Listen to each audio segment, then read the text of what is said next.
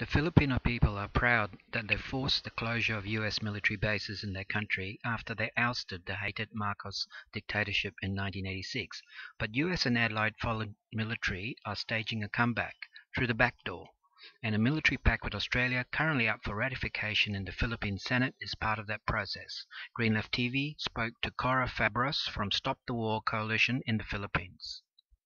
There are at least 13 who are kind of saying they're sure that they're going to ratify the agreement. And there are only three who are sure to reject it. And before the Senate session ended a few days ago, there are four more senators who are considering to reject the agreement. But we don't know for sure. You know, we have this 1 month gap before the Senate resumes its session, and a lot of things can happen. And that is why we are taking also this opportunity, this chance to to have more senators, at least five of them, to vote against it, because we need at least eight to block it. Yes, and they need 16 to have it passed. So that's the numbers game. And we know that the senators are politicians, and they are very sensitive um, to what the public would say, you know, or their alliances. And some of them are quite independent in their positions when it comes to issues like this. Presence of foreign troops um, in the Philippines is a direct violation of the Philippine Constitution. That is very clear. Um, and of course, the experiences out of the presence of the continuing presence of U.S. troops in our country, there are several concerns, and that is brought about by the continuing military exercises.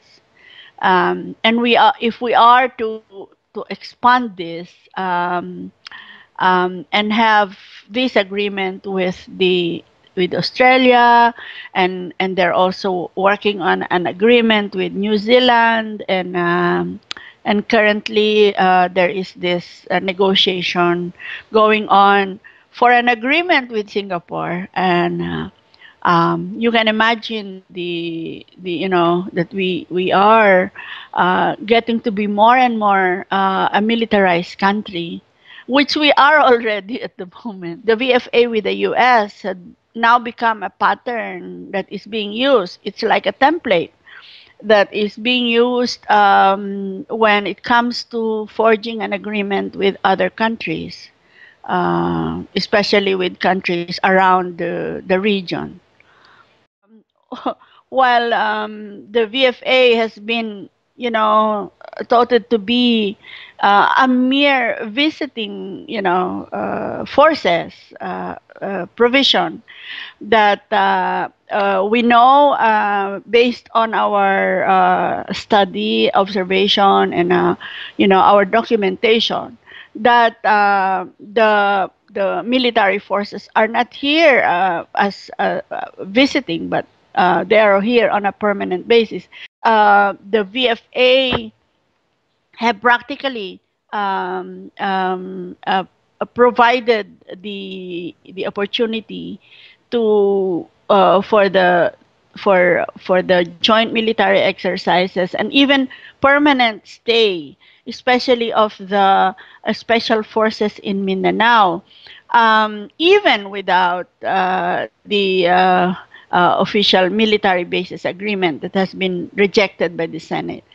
So it's kind of, you know, you go around, we call it the backdoor way coming back. But and they have included other agreements. For example, while the visiting forces agreement talks about how the troops are treated in the Philippines, there is an accompanying agreement with that, which is uh, the mutual logistic support agreement, which provides for the stockpiling and services and stationing of equipments and military hardware. If you put them together, it's basically already the content of the RPUS military bases agreement.